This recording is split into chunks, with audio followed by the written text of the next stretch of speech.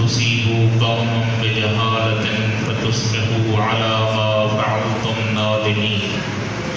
سورہ حجرات کی آیت نمبر 6، اس کا شان نزول آپ کی خدمت میں بیان ہو چکا تھا کہ یہ آیت مبارکہ جو ہے وہ ولید بن عتبہ کی شان میں نازل ہوئی۔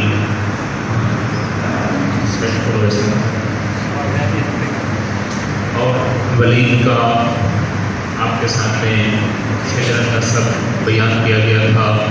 کہ ولید تیسرے خلیفہ کا مادری بھائی تھا، جس کو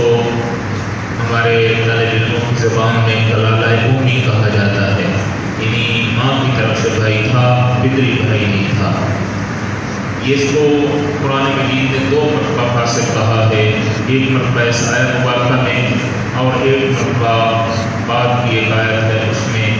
اس کا بھی شان نزول، جس میں ارشاد ہوا کہ أَفَمَنْ كَانَ مُؤْمِنًا كَمَنْ كَانَ فَاسِقًا لَا يَسْتَوُونَ۔ تو پہلی آیت مبارکہ میں ارشاد ہوتا ہے کہ اے صاحبان ایمان، اگر آپ کے پاس کوئی فاسق تمہارے پاس کوئی خبر لے کر آئے تو تم تحقیق کر لیا کرو، کہیں نادانی میں تم کسی قوم کو نقصان پہنچا دو پھر تمہیں اپنے کیے پر نادم ہونا پڑے۔ تو چونکہ اس نے خبر آ کر پیغمبر اکرم کو دی تھی اور وہ جھوٹی خبر تھی، اس وجہ سے اس کو فاسق کہا گیا تھا، اور اس کا فسق جو ہے وہ اظہر من الشمس ہے کہ اس نے صبح کی 4 رکعت نماز پڑھا دی نشے کی حالت میں، اور جب اس سے کہا گیا کہ صبح کی تو 2 رکعت ہوتی ہے، آپ نے 4 کو پڑھائی ہے، تو اس نے کہا اگر کہو تو 2 اور بھی پڑھا دیتا ہوں، کیونکہ نشے کی حالت میں شراب کی ہوئی تھی، اور وہیں پر مسجد کوفہ میں قیدی اور قید سے شراب نکلی، تو حضرت امیر المومنین علیہ السلام نے اس کو 80 گھوڑے کی حد جاری کی، اور اس کے اوپر خود حضرت نے اپنے ہاتھ سے حد جاری فرمائی، لہٰذا یہ سزا یافتہ حضرت امیر المومنین تھا۔ اور یہی وہ شخص ہے کہ جب حضرت امام حسین علیہ السلام سے بیعت کا مطالبہ کیا گیا تو یزید کی طرف سے مدینے کا گورنر بھی یہی تھا، لہٰذا اس کا فسق جو ہے وہ ثابت ہے، اور اس کو فاسق قرآن نے خود کہا ہے۔ تو فسق کیا ہوتا ہے؟ فرماتے ہیں کہ جب چوہا اپنے بل سے باہر نکل آتا ہے تو اس کو فاسق کہا جاتا ہے، یعنی واضح طور پر اپنے بل سے نکل کر کہیں باہر نظر آنے لگے تو اس کو فاسق کہا جاتا ہے۔ یا کسی پھل کا چھلکا اتار دیا جائے تو اندر سے جو اصلی پھل نکل آتا ہے واضح ہو جاتا ہے تو اس کو فاسق کہا جاتا ہے۔ تو مسلمانوں کو فاسق کیوں کہا گیا ہے؟ بعض موارد میں مسلمان پہلے نمبر پر تو مسلمان کو فاسق کہا جا سکتا ہے، کافر کو فاسق نہیں کہا جا سکتا، کیونکہ جو حدود اسلام کو قبول کرے، حدود اسلام کو قبول کرنے کے بعد پھر اس سے نکل جائے، اس طرح سے نکل جائے جیسے کسی پھل کا چھلکا اتار دیا جاتا ہے، تو اس وجہ سے اس کو فاسق کہا جاتا ہے، یعنی حدود و قیود اسلام کی رعایت نہ کرے، علناً یا غیر علنی طور پر گناہ کرتا رہے تو اس کو فاسق کہا جاتا ہے۔ لہٰذا اس کی ایک وجہ یہ تھی کہ اس کو فاسق کہا گیا کیونکہ اس نے علناً شراب پی تھی، علناً بہت سارے ایسے کام کیے تھے، جھوٹ بولا تھا پیغمبر اکرم کے سامنے، تو اس کو فاسق کہا گیا ہے۔ دوسرے مرتبہ جب اس کو أَفَمَنْ كَانَ مُؤْمِنًا كَمَنْ كَانَ فَاسِقًا لَا يَسْتَوُونَ، یہ آیت مبارکہ جب اس کے بارے میں نازل ہوئی تو اس نے حضرت امیر المومنین کے ساتھ مفاخرہ کرنا شروع کیا۔ مفاخرہ کون سا صیغہ ہے بھائی؟ باب مفاعلہ۔ مفاعلہ کا مطلب ہوتا ہے کہ اس نے اس کے اوپر فخر کیا، اس نے اس کے اوپر فخر کیا، تو حضرت امیر المومنین کے سامنے کیونکہ اس کا نام ہی علی ہے جو ہر اچھی صفت میں بلند و بالا ہے، اس کے سامنے یہ بدبخت بھی جو ہے وہ اپنی فخر کر رہا تھا، اور ایک تو اس نے کہا کہ آپ سے میں زیادہ نیزہ چلانے میں آپ سے زیادہ ماہر ہوں، اور دوسرا کہا کہ لشکر میں جب میں موجود ہوتا ہوں تو سب سے نمایاں شخص جو ہے وہ میں ہوتا ہوں۔ تو وہاں پر حضرت امیر المومنین علیہ السلام نے اس سے کہا اسکت یا فاسق، اے فاسق چپ ہو جا، تو ہے ہی فاسق، تو اس وقت جب حضرت ام المومنین نے یہ ارشاد فرمایا تو اس وقت یہ آیت نازل ہوئی افمن کان مؤمنا کمن کان فاسقا لا یستوون، کیا مومن اور فاسق برابر ہو سکتے ہیں؟ یعنی مومن مولا علی کو کہا گیا اور فاسق اس وقت کو کہا گیا، یہ اصلاً آپس میں مساوی نہیں ہو سکتے، تو کیسے کہہ سکتا ہے کہ تیری شان جو ہے وہ اس سے بلند ہے؟ لہذا تو اس کو فاسق کہا گیا، اور حضرت امیر المومنین علیہ السلام کو خود قرآن کی زبان میں مومن کہا گیا ہے، اور مومن کی جو صفات ہیں وہ حضرت کے اوپر منطبق ہوتی ہیں۔ تو یہ آیہ شریفہ جو ہے یہ اس کے بارے میں نازل ہوئی، اور اس کو بہت سارے اہل سنت نے نقل کیا ہے، اور یہ روایت جو ہے وہ در منصور سے نقل کی گئی ہے جو میں نے آپ کے سامنے پیش کی۔ تو اس واقعہ کو چونکہ سب کے سامنے بیان ہوا تھا اور یہ آیہ مبارکہ بھی سب کے سامنے پڑھ کر سنائی گئی تھی، تو حسان ابن ثابت جو کہ اہل رسالت مآب کے مشہور شاعر تھے، جنہوں نے غدیر قوم کے مقام پر بھی حضرت ام المومنین کی شان میں قصیدہ لکھا تھا، اور حضرت پیغمبر اکرم صلی اللہ علیہ وآلہ وسلم نے اس کنیز کو بھی ان کو ہبہ کیا تھا کہ جو روم سے آئی تھی، اور حضرت ماریہ کی بہن تھی، دو بہنیں وہاں سے بھیجی گئی تھی، ایک حضرت پیغمبر اکرم کے گھر میں رہی اور دوسری حضرت نے حسان ابن ثابت کو دے دی تھی۔ تو اس نے ایک قصیدہ لکھا وہاں پر جس میں یہ واضح طور پر یہ کہا گیا کہ یہ ولید ابن عتبہ جو ہے یہ فاسق ہے، اور وہ اشعار جو ہیں وہ عربی کی زبان میں موجود ہیں، اگر کوئی پڑھنا چاہے تو وہاں سے آپ مراجعہ کر سکتے ہیں در منصور میں، اور بہار وغیرہ میں اس کو نقل کیا گیا ہے۔ آگے چل کر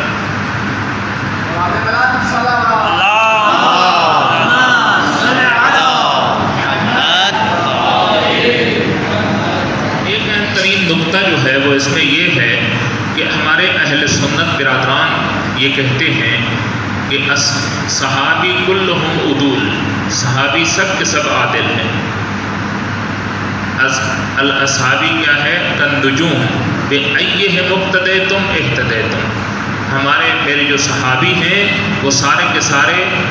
ستاروں کی مانند ہیں، ان میں سے جس کی اقتداء کر لو ہدایت پا جاؤ گے۔ تو اس سے یہ ثابت ہوتا ہے کہ یہ صحابی مسلم ہے، اس نے پیغمبر اکرم کے زمانہ کو درک کیا ہے، تو قرآن کی زبان میں اس کو فاسق کہا گیا ہے، لہٰذا اس نظریے کا بطلان قرآن سے ثابت ہوتا ہے کہ سارے کے سارے صحابہ جو ہے وہ عادل ہیں۔ لہٰذا صاحب روح المعانی جو ہے وہ اس کے متعلق 4 نظریات یہاں پر نقل کرتا ہے کہ پہلا نظریہ ہے کہ سارے کے سارے صحابہ جو ہیں وہ عادل نہیں تھے، بلکہ بعض غیر عادل بھی تھے، اور اس کی وجہ یہی ہے کہ قرآن نے خود ایک صحابی کو غیر عادل اور فاسق کے لقب سے یاد کیا ہے۔ دوسرا قول جو ہے وہ یہ ہے کہ اصحاب اور غیر اصحاب میں کوئی فرق نہیں۔ دیکھیں، ایک مرتبہ ہم یہاں پر موجود ہوں اور قبلہ علامہ سید محمد تقی نقوی صاحب آ کر کوئی خبر دیں تو ہم بغیر کسی چھان بین کے ان کی بات کو مان لیں گے، کیونکہ اتنے بڑے عادل، اتنے بڑے عالم، اتنے صاحب تقوی آدمی ہیں کہ ان کی بات کے اوپر کوئی شک ہی نہیں کرتا۔ تو جب صحابہ کی بات آتی ہے تو اہل سنت برادران کہتے ہیں کہ بس اب ان کے اوپر تحقیق کی ضرورت نہیں ہے، اب جو ہے صحابی تک بات پہنچ چکی ہے تو اس سے بڑھ کر کوئی صاحب تقویٰ نہیں، کوئی صاحب عدالت نہیں، لہٰذا یہ یہاں پر چوکس کے اوپر تحقیق نہیں کرنی چاہیے۔ تو اس قرآن کی روح سے قرآن یہ فرماتا ہے کہ اصحاب بھی غیر اصحاب کی مانند ہیں، اگر غیر اصحاب میں کچھ عادل ہیں کچھ فاسق ہیں تو اصحاب میں بھی ایسے ہی ہیں۔ اگر اصحاب میں سلمان و ابو ذر و مقداد و کنبر موجود ہیں اور حضرت ام المومنین موجود ہیں تو اس ولید ابن عتبہ جیسے بھی موجود ہیں، اس کے علاوہ بھی ایسے افراد موجود ہیں جو غیر عادل ہیں، لہٰذا صحابہ اور غیر صحابہ کا کوئی فرق نہیں ہے۔ اگر صحابی ہے تو اس کے متعلق بھی تحقیق کرنی چاہیے کہ وہ عادل ہے یا عادل نہیں ہے، کیونکہ قرآن کی واضح نص موجود ہے کہ قرآن نے ایک صحابی کو فاسق کے ساتھ تعبیر کیا ہے، ہم نہیں کہہ رہے بلکہ قرآن خود فرما رہا ہے، لہذا قرآن کی روح سے۔ تیسرا قول یہ ہے کہ یہ البتہ میں تفسیر روح المعانی کو آپ کی خدمت میں نقل کر رہا ہوں کہ قتل عثمان تک تو سب عادل تھے، لیکن جب تیسرا خلیفہ قتل ہوا تو چونکہ قتل میں کچھ صحابہ داخل تھے لہذا وہ کیا ہو گئے؟ فاسق ہو گئے۔ لہذا اس کے بعد جو ہے کچھ فاسق تھے کچھ عادل تھے، اس سے پہلے فاسق و عادل نہیں تھے۔ لیکن یہ تیسرا قول کس وجہ سے رد ہوتا ہے کہ یہ قتل عثمان سے پہلے قرآن نازل ہوا ہے، قرآن نے خود اس کو فاسق کہا ہے، تو آپ کیسے کہہ سکتے ہیں کہ قتل عثمان تک تو سب عادل تھے اور قتل عثمان کے بعد جو ہے وہ کچھ عادل تھے کچھ فاسق تھے۔ چوتھا قول جو ہے وہ یہ ہے، یہ بھی ابو المعانی والے نے نقل کیا ہے، وہ کہتا ہے کہ حضرت المومنین علیہ السلام کے زمانہ تک سب عادل تھے، حضرت کے ساتھ جنہوں نے جنگ کی ہے وہ فاسق ہو گئے، جنہوں نے حضرت کے ساتھ جنگ نہیں کی وہ عادل رہے۔ اس کو بھی ایک جماعت اہل سنت نے اختیار کیا ہے۔ تو اس سے تو پھر ماشاءاللہ بہت بڑے بڑے لوگ جو ہیں وہ اس میں آتے ہیں جن کے متعلق عشرہ مبشرہ کی سند ملتی ہے، ام المومنین اس میں آ جاتی ہیں، اور بہت سارے ایسے لوگ آ جاتے ہیں کہ جو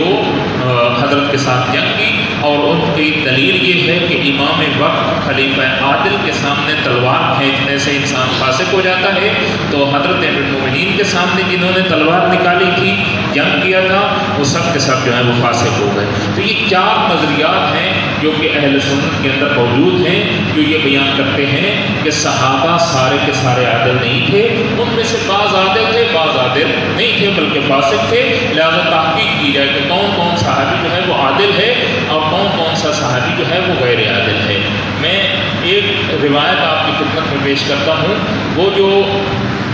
صحابہ عدول ہیں جن کے متعلق حضرت امیر المومنین علیہ السلام ارشاد فرماتے ہیں، ذاقت بہم الارض، ان کی برکات اتنی ہیں کہ زمین تنگ ہے ان کی برکات کو حاصل کرنے سے۔ بہم ترزقون و بہم تمترون، ان کی وجہ سے رزق نازل ہوتے ہیں اور ان کی وجہ سے بارشیں آسمان سے نازل ہوتی ہیں، یعنی ان کے وسیلے سے، ان کے صدقے سے۔ اگر یہ موجود نہ ہوتے تو خدا متعال لوگوں کا رزق بھی مہیا نہ کرتا اور آسمان سے بارش بھی نازل نہ ہوتی۔ تو حضرت سے پوچھا گیا کہ وہ کون ہیں؟ فرمایا انا فاطمہ، حسن و حسین و سلمان و ابوذر و مقداد، یہ 7 ایسے صحابہ ہیں کہ جن کی وجہ سے آسمان سے بارشیں نازل ہوتی ہیں، جن کی وجہ سے برکات اتنی زیادہ ہیں کہ سب کی سب برکات جو ہیں وہ زمین کے اوپر آ جائیں تو زمین تک پڑ جائیں۔ اور پھر ارشاد فرمایا کہ انا امامہم، میں ان سب سے بڑھ کر ان کے سب کا سید و سردار جو ہے وہ میں علی امیر المومنین ہوں۔ لہذا صحابہ ہماری آنکھوں کا نور ہیں، ہماری دلوں کی ٹھنڈک ہیں، لیکن عادل ہونے چاہیے، ایسے صحابہ ہوں کہ جن کے متعلق، اور پھر آگے چل کر حضرت امیر المومنین علیہ السلام فرماتے ہیں کہ یہی 7 لوگ حضرت زہرا سلام اللہ علیہا کے جنازہ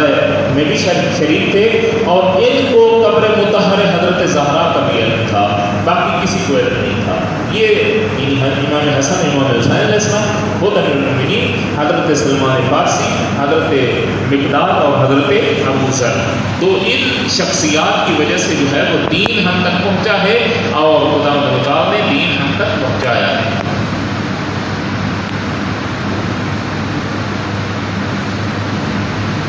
اگلی آیت نمبر 7 جو ہے، وَاعْلَمُوا أَنَّ فِيكُمْ رَسُولَ اللَّهِ لَوْ يُطِيعُكُمْ فِي كَثِيرٍ مِّنَ الْأَمْرِ لَعَنِتُّمْ وَلَٰكِنَّ اللَّهَ حَبَّبَ إِلَيْكُمُ الْإِيمَانَ وَزَيَّنَهُ فِي قُلُوبِكُمْ وَكَرَّهَ إِلَيْكُمُ الْكُفْرَ وَالْفُسُوقَ وَالْعِصْيَانَ أُولَٰئِكَ هُمُ الرَّاشِدُونَ۔ یہ ایک مختصر سی اس کی تفسیر ہے۔ حضرت چونکہ پیغمبر اکرم صلی اللہ علیہ وسلم کے اوپر لوگ یعنی دباؤ ڈال رہے تھے، حیران کن بات ہے کہ حضرت کو مجبور کرنا چاہتے تھے کہ